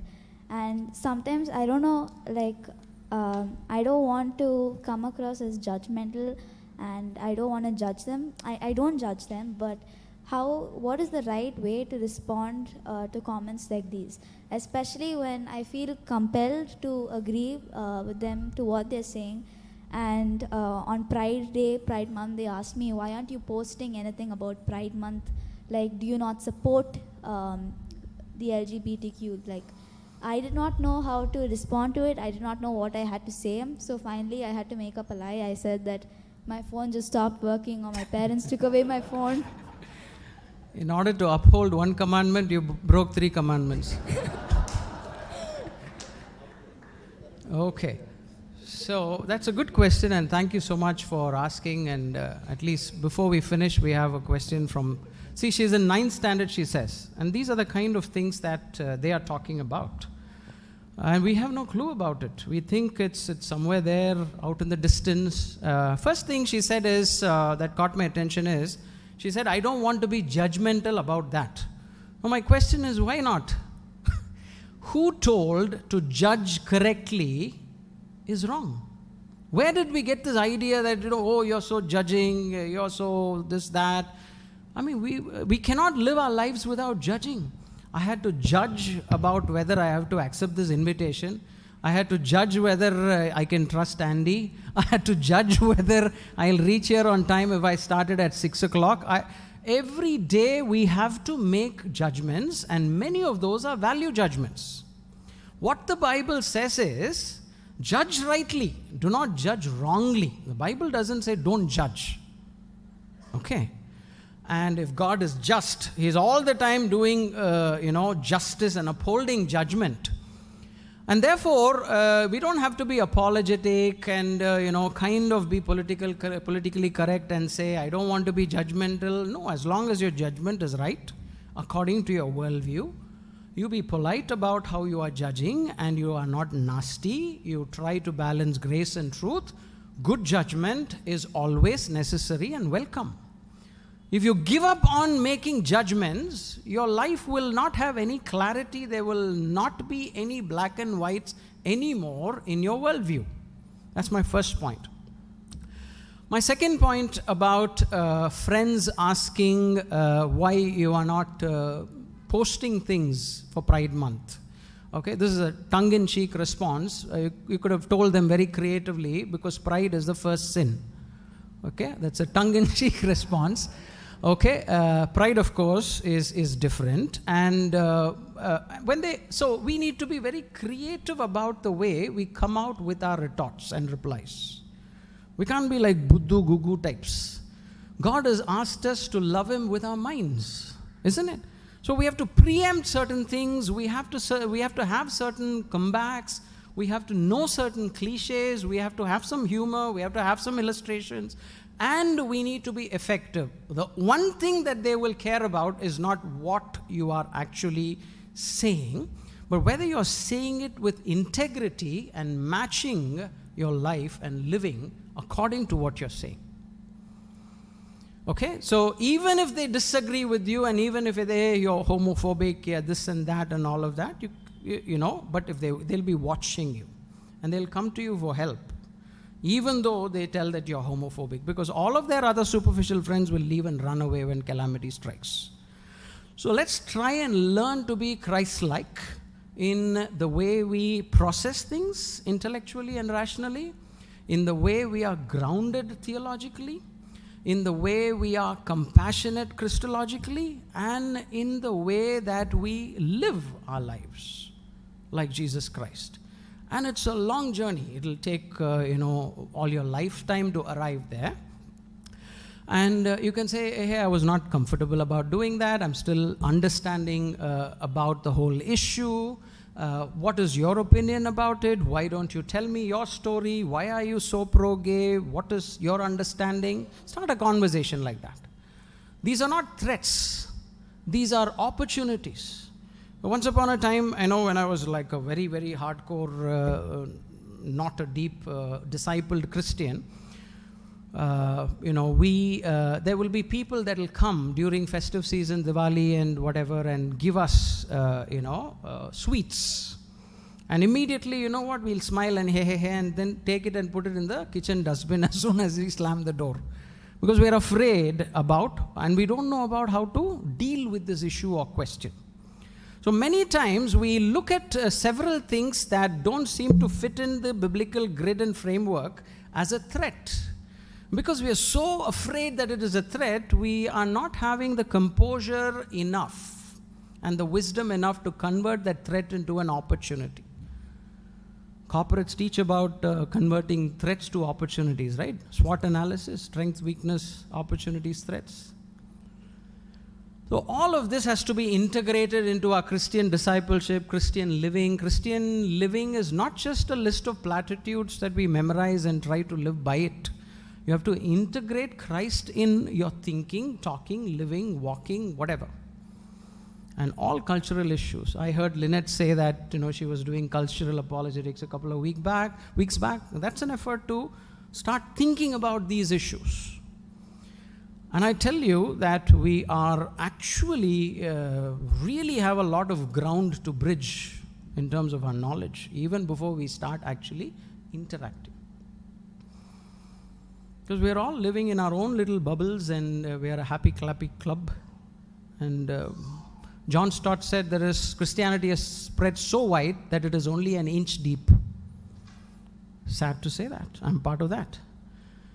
Okay, and Christians were thought leaders in the 16th century Renaissance, everything, every inventor, every discoverer, every artist, every sculptor, everybody that did anything to society was a Christian. Today, what are we doing? Okay, on that bad note, let me finish. Let's go for lunch. Yeah. I think you can continue to interact with Charles. He won't get to eat much lunch. You can talk with him and continue the conversations. In all of this, we should also remember that there is a cost in following Christ, right? And so when we want to be popular outside and try to be a Christian, it doesn't work, right? So we need to understand that, I'm especially saying for the young people, that we may not be accepted the way we want to be accepted, but we still have to hold on to the truth. Brother Johan, please come. He has a whole speech ready. Anila aunty, can you come and just close and after that, Pastor can close in prayer.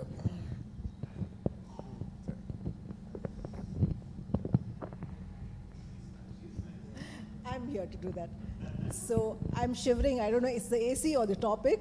And on a serious note, thank you so much, Mr. Charles, for coming all the way from Velo and dealing with this difficult, sensitive, and vast topic. And many of us would have got a lot of knowledge, and some of us would have got questions answered. Some of you all might be having more questions. So I'm not sure, are we supposed to give your phone number to the people, because it won't stop ringing? So you, of course, Andy's number, okay. So during lunch, don't listen to Andy, please let him eat something, and then you all can come out with your questions to him. And I also take this time to thank the pastors, PC members, Kavita, Ravi, and Johan and David especially. Sujata has told me to especially thank you all. And after this, there are offertory boxes right at the back of this. Where is it? Okay, there's one here and one upstairs in the mini hall. And if you feel like contributing something towards this seminar, you can do that. And we'll now break for lunch. Before that, Pastor will... Sorry. Shall we pray? Most gracious, loving, eternal Father, thank you, Lord, for this beautiful seminar arranged our Educational Christian Nurture Committee. Thank you for the committee chairperson and all the members that took all the initiation. Bless them, Lord. Lord, this afternoon we thank you for Mr. Charles Joseph. He taught many things about biblical sexuality. Thank you. Bless our entire AMC. Lord, we praise you, worship you, Lord. This time we pray